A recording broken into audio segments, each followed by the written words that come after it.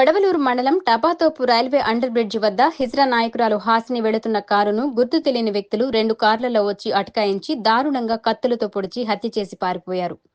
వెడవలూరు మండలం పార్లపల్లెలో ప్రజలు చిన్న రాయిని పెట్టుకుని పూజించుకుంటున్నారని తెలుసుకుని తాను జన్మించిన గ్రామంలో సొంత ఖర్చుతో 6 నెలల క్రితం శ్రీ మహాలక్ష్మమ్మ దేవస్థానాన్ని నిర్మించారు.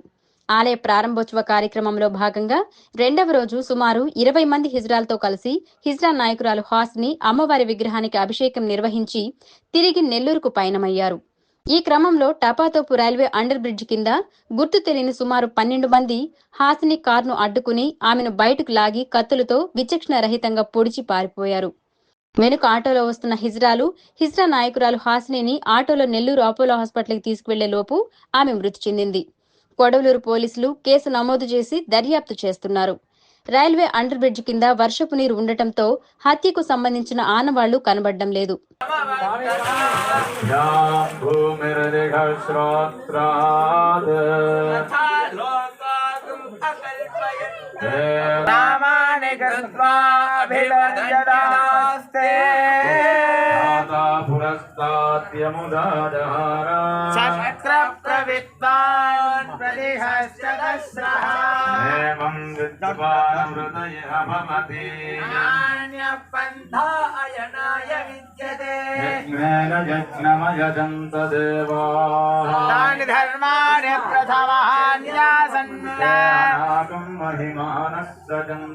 यत्र पूर्वे साध्या सन्ति देवाः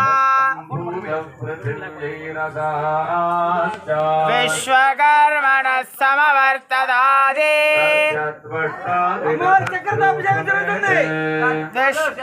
विश्वभाजानमग्रे